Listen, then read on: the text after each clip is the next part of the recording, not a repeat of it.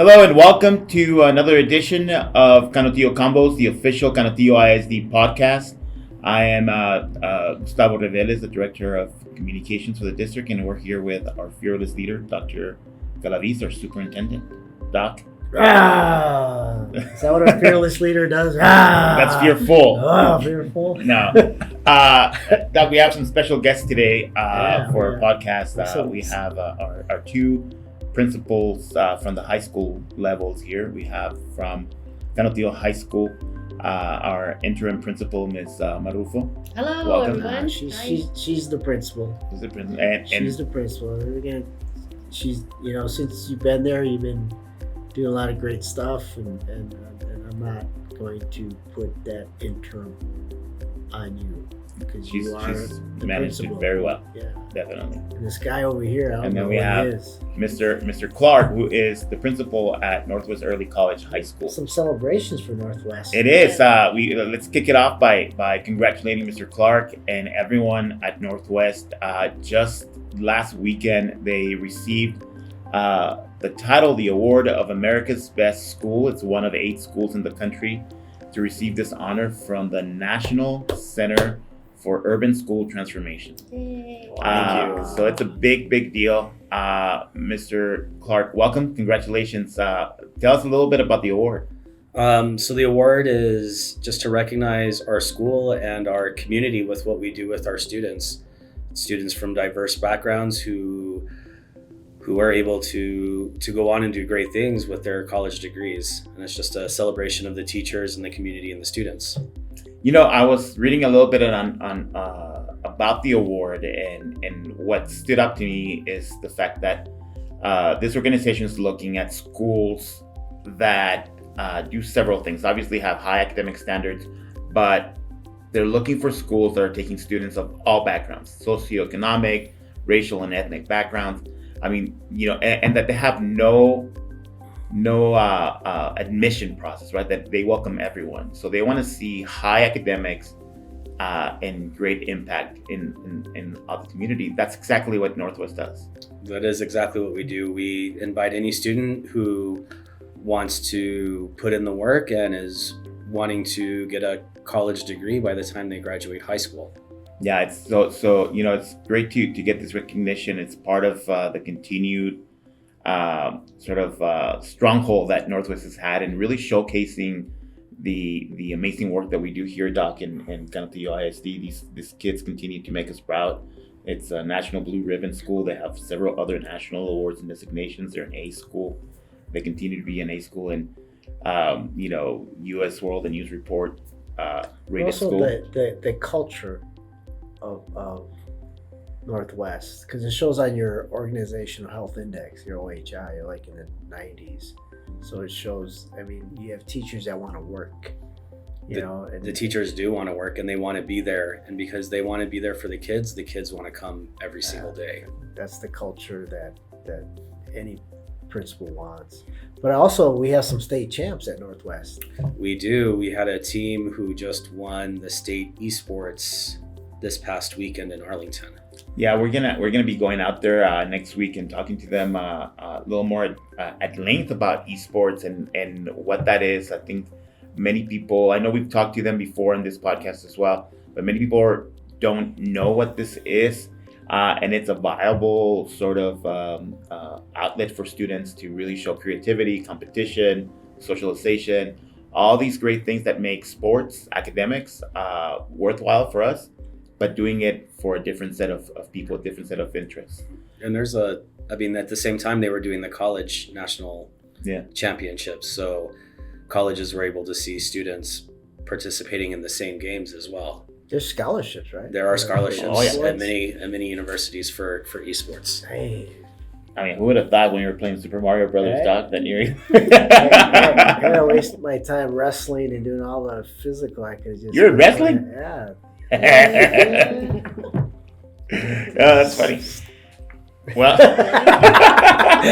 So I'm trying to visualize that. Come on, let's go. good. But we've had, this has been a week of celebrations, and Ms. Marrufo, we just are on the tail end of Teacher Appreciation Week. Mm-hmm. And obviously we want to appreciate and celebrate teachers all year long. Mm-hmm. But during this week, that's when we really go all out and making sure that they feel the love. Mm-hmm. You've been an educator for many years, and you've been leading. You've led schools both here in Canutillo and in other school districts.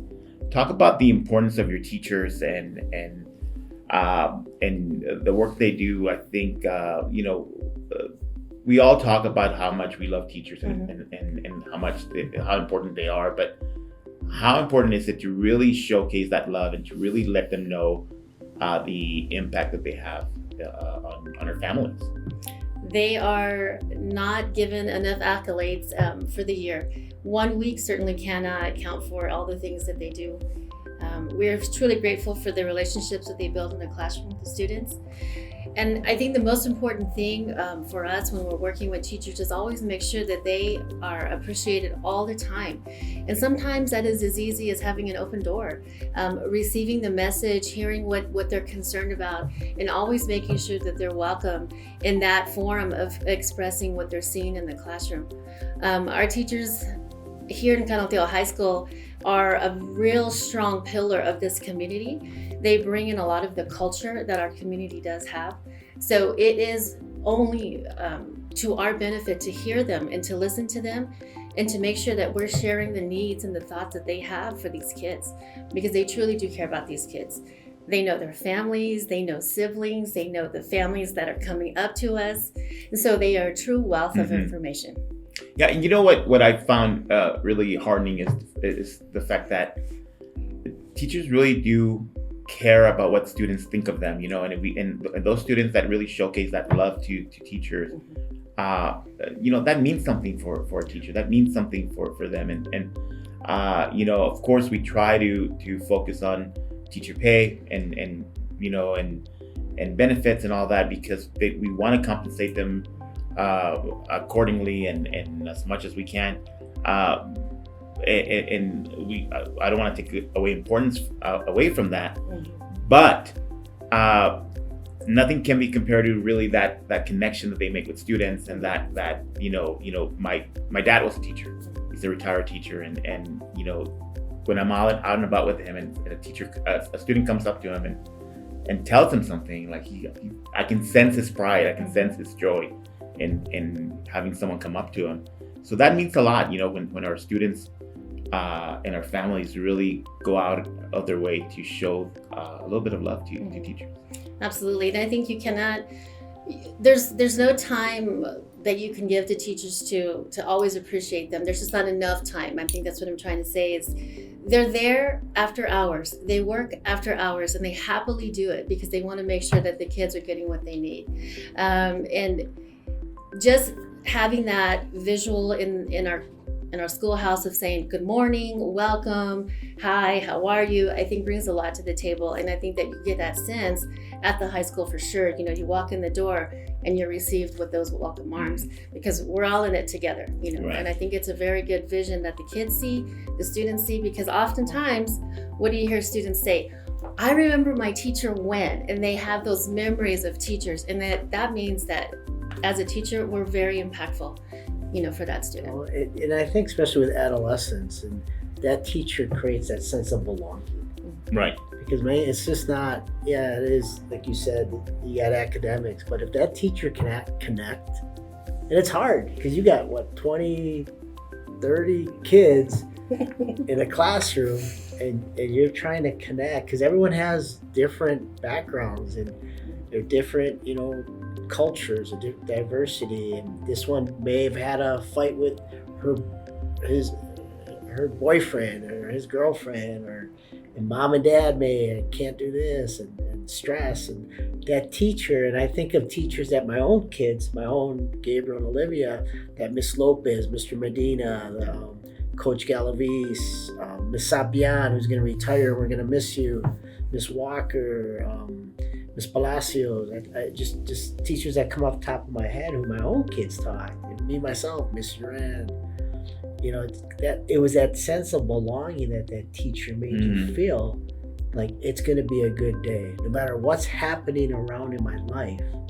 it's going to be a good day. And I think that's why teachers need the raise. That's why teachers need good benefits, because what they do is unmeasurable. Well, really is. and really, we've been asking teachers to do so much more. We keep adding responsibilities to teachers, right, Mr. Clark? Especially after, during and after the pandemic, where teachers were being tasked, either officially or unofficially, to be, sort of like a mental health check on kids. You okay?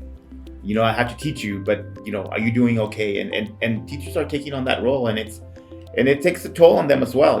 So we got to make sure that we're taking care of teachers. We got to make sure that we're aware of the challenges that they're facing, because we don't want to lose them. We lose too many teachers, either for pay or for stress or for whatever. Yeah, they get tired. Yeah, because they have lives too. Their moms, their dads, their brothers, sisters, sons, daughters. They have bills. We're all human here. We all, fight.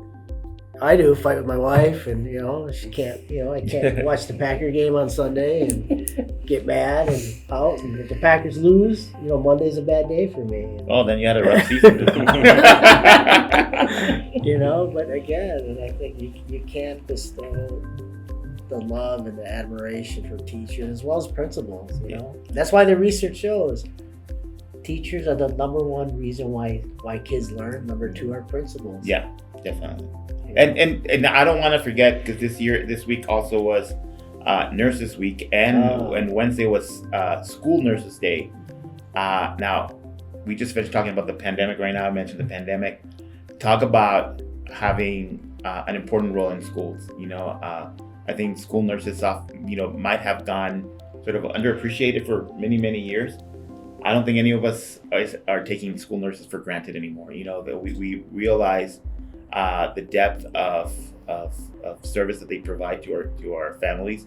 And now, during the pandemic, they stepped up. They're really a first responder. Many times they were doing tests. They were the first ones out there working with families even before vaccines and protections and before we knew much about it. So I want to do a shout out to our school nurses for really stepping up and let them know that we love them. We are really, truly grateful for them. Absolutely. What do you say about your nurses on your campus? Nurse is great. Not only does she take care of the kids physically, but emotionally as well. She knows all the students, and when they come in and they're saying their stomach hurts, she knows right away if there's more than just her stomach, and if a counselor isn't available, the kids are very comfortable to talk to her with how they're really feeling and why that might be causing them to feel physically ill as well. So it's a lot more than just, let me check your temperature in your ears and your eyes. It's also the mental and the emotional aspect as well. Yeah, it's been a great week of celebrations. I don't want to forget the Paraprofessionals. It's also Paraprofessionals Day on Wednesday. These employees, like I said, we are all part of the equation here. We all do our work and we all serve the children of Canutillo. So no matter what you do, whether you're cooking breakfast in our kitchens or maintaining a playground, or you're teaching, we're all doing our work. And Paraprofessionals probably that other duties as assigned, they probably do that the most. Absolutely. Other duties. Hey, I need you to go. Can you go get those kids and take them down to there? Take them down to a nurse. Take them down to that teacher. Because I remember my go-to person as a principal was a parent, because I could trust her and she would, hey, Galaviz, what do you need? Where do you want me? I'm here. Let's go. Calm down. We'll get this. And because she was awesome. Miss Aguirre from Dallas. Shout out Dallas ISD. So it was. I don't know about yours, but you have any paras that you want to shout out to? I think the paras, I used to kind of compare them to saying, they do God's work in our classroom. They are really amazing at helping these kids feel welcome, making sure that they are fed, making sure that they are transported to the right areas. ensuring that they have the instructional materials and the support that they need in the day. Paras do amazing work, and we cannot, give them enough thank yous and hugs and high fives. There is simply not enough time to acknowledge all of those things that they do in a day, because they are right there next to you. Whatever you need for those students, they're going to go and make sure that they do. If the student needs a little bit of hugs and a little bit of love, they're going to make sure and give that to them as well. So, and for the most part, paraprofessionals know students like few other employees in our school district. They are really they know well parents. And they know parents. They know parents. They sure do. They really do. They know parents. They know, ya viene la señora, la señora Galaviz. The señor Galaviz, the Packers lost, so be nice to him. And on a personal note, I want to point out that today, we're recording on Friday, May 12th, is National School Communicators Day. So it's the day that we celebrate all the school PR shops. And I want to just do a shout out to my team here in the Public Information Office. I'm lucky enough to work with a great team of professionals, PR pros, and coming up on year 1 of being back in Canutillo, and I couldn't be happier. It's your anniversary. So I want to just thank Christina and Laura for welcoming me into the team and allowing me to be part of this great team. And with that, we're gonna close it off, Doc. Happy Mother's Day. We got to talk about mothers. Oh. Miss Marrufo, Laura, you're a mom. Yes. And so what's it, Frank, what do you want to say to your wife, who's the mother of your children? Oh, I just appreciate her and her support. How? Show me the diamond. Oh, the diamond? Oh, you can go see it on it. It's okay. So of course, I appreciate her a ton. Yeah, Mom. What do you say to your mom? My mom, Yeah. we celebrated her on May 10th. She's old school. She likes to be celebrated in the Mexican Mother's Day. So she always tells me, don't call me no me hables el domingo. Well, she don't get 2 gifts? No, she don't get no 2 She gifts. don't get 2 Oh, gifts? my goodness. Come on. My mom got 2. One on the DS and then the American. Hey, she chose. She wanted Mexican Mother's Day, so I gave her Mexican Mother's Day. Choose 2 gifts. This is Reveles. She doesn't speak English, so that's fine. She wanted to Happy Mother's Day to all the moms in Happy Mother's Day. Canutillo. Happy We love Mother's you Day. all. Thank you. And we'll see you guys next week for another edition of Canutillo Combos, and Viva Canutillo. Viva Canutillo. Viva!